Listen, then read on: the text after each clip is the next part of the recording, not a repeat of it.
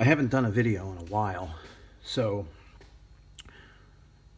I figured I would do one on headlamps. I have a couple different ones. I'll try to include a video for each of them now. I just got this one in yesterday. I collect a lot of flashlights. I have probably well over 100 in my collection. Been doing it since I was a kid. But as far as the headlamps are concerned, I have a couple of them in my toolbox. They're like tools to me. They're very utilitarian. But they're coming out with a lot of features now. I think I have a Crest in my toolbox. It's probably about 10 or 15 years old. It's just a basic little LED headlight. I think I paid like $15 for it. I used it quite a bit crawling under my car, changing oil, and just to give me some extra light when I'm at my bench sometimes. As we get older, our eyes need more light. This particular Acebeam H30 is on the upper end of what you can pay for these things. This thing was well over $100, close to $130. I wouldn't expect anybody to pay that for a headlamp. I just done it because I have a tendency to use them very utilitarian.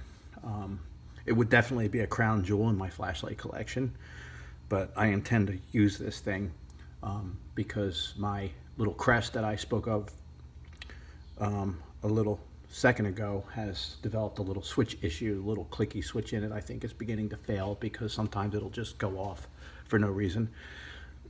So I looked all around on the internet and I just basically picked this one because it was the most expensive and it had the most features, and I just wanted to see how far this technology had come since my $15 little Crest. So anyways, we can take a look at this because there's not many reviews on YouTube for this particular one.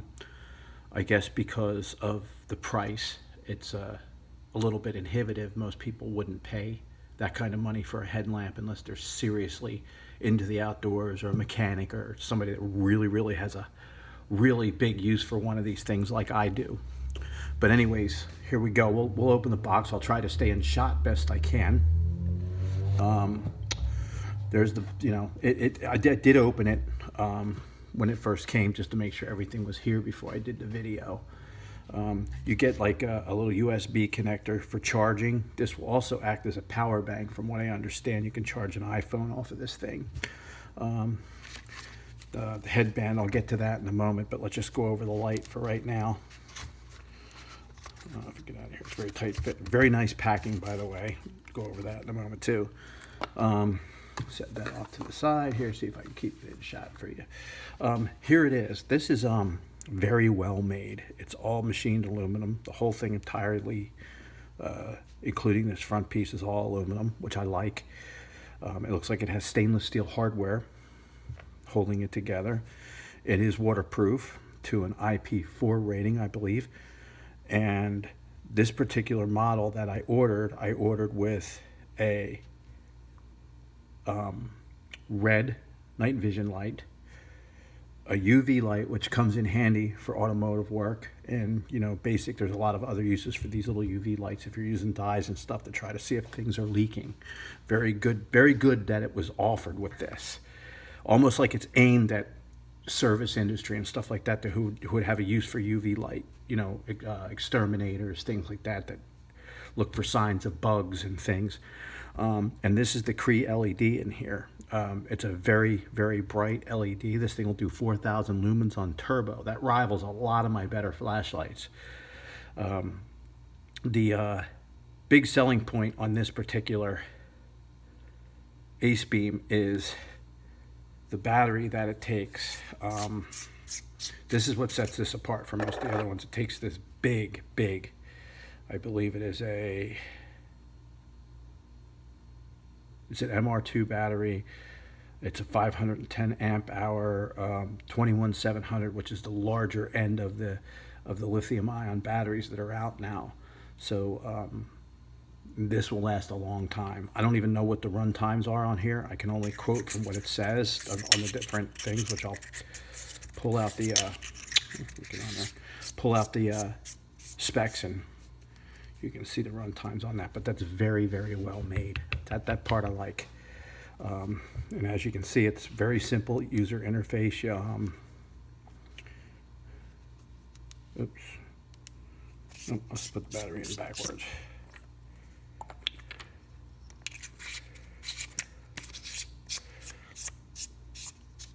Only works one way on these. Okay, there's the main LED lit up. I won't shine it into the camera, but that's the main LED lit.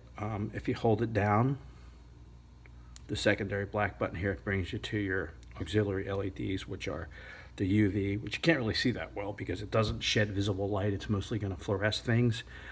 And then you got this really nice bright night vision LED, which I really, really like that. If I go out in the backyard late at night with the dogs or something, I don't have to worry about blinding out the neighbors. So that's kind of cool. And then if you, once again, you hold down the black button, it brings you back to your main light here, which has 3 settings: up, down, and then double click for turbo. Boom. And that's about it for the user interface. Very easy. Not much to talk about there. It's just basic. That's what I like. I like all these a million different flashy modes and stuff like the Chinese ones have.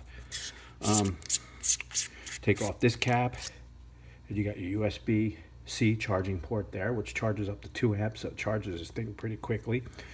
And there's little LEDs and indicators in here. I think there's a green one and a red one to let you know when it's charging. And that's about everything that's under that cap. It's got a nice O-ring, well lubricated. You know, all the things you would think, you would think about on here, to look for in a flashlight module. And then we'll just leave that right there. Now, this is an adapter that will do, let's see if I can get this open. This is an adapter that will allow you to use 18650 battery, which a lot of us have tons of those rolling around. It's just a sleeve you put over it, goes in there, adapts the cell to be able to fit in there. If you want to use that, you'll get less run time, but it'll work perfectly fine. Now the strap. This is the first shortcoming I've seen on this light. This is, I can see these drying out and breaking over time. And this is where the light actually fits into here. You basically take the end caps and you stretch these rubbers, over top. It would basically fit in just like that. You just stretch. I'm not going to do it on camera because it's a pain to get them on, but they fit in these little grooves right here. But this is the only shortcoming I see, is this probably would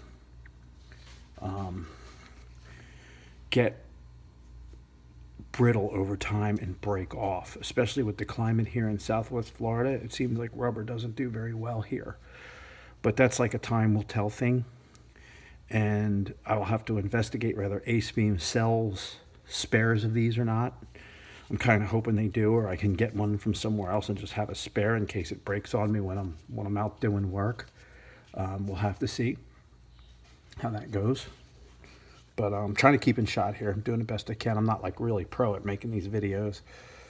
But anyway, that's basically it with this light. I mean, this, you can use a phone charger to charge it. You can charge a phone off of it. That's what this little port's for here. This is for taking power out. This is for putting power in. And that's basically it. That is the Acebeam H30 top of the line headlamp.